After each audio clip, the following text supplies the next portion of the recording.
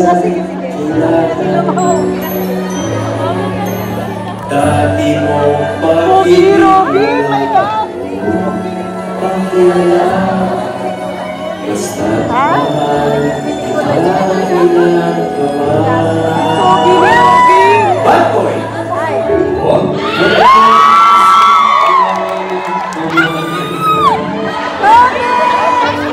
Mga paliwanag mo hindi na kailan.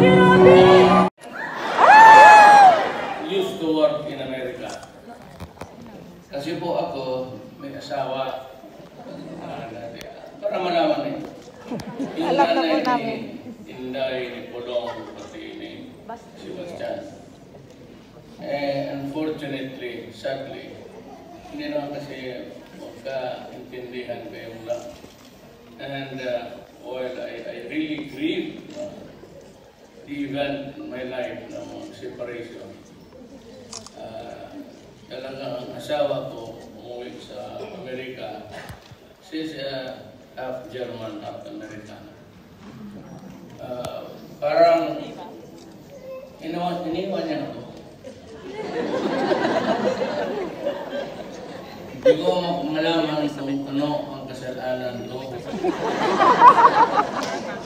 Ayaw niya kasi marami yun eh. Problema, she never told us the reason why she was leaving me. And she filed an annulment case against me. Para marami.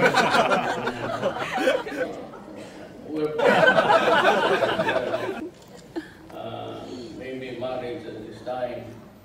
Nandiyan pa yung mga anak mo at ikaw na lang mag-live, no? Magkaibigan sila. But if I do a misstep there, baka tuloy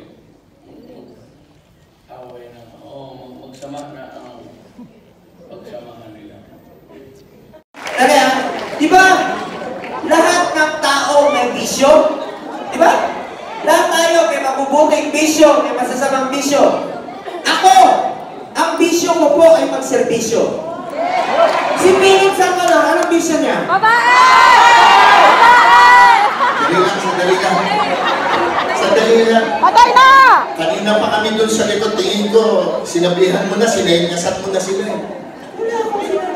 Tapos sinasabi mo, bad boy yung Philippine movies. Playboy yung Philippine movies. Eh, ikaw ano? Ako po? Good boy.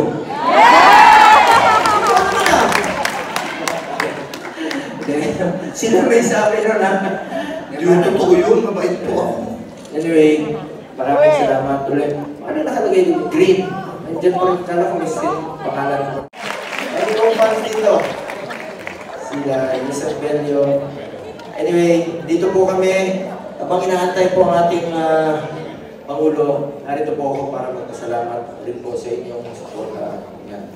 May pakiusap lang po sa inyong lahat. Pwede bang tulungan po natin ang ating Pangulo sa nalalabi niyang 3 taon ng kampanya ni Pangulong Duterte laban. Ito, ipagpapatuloy ko rin po ito.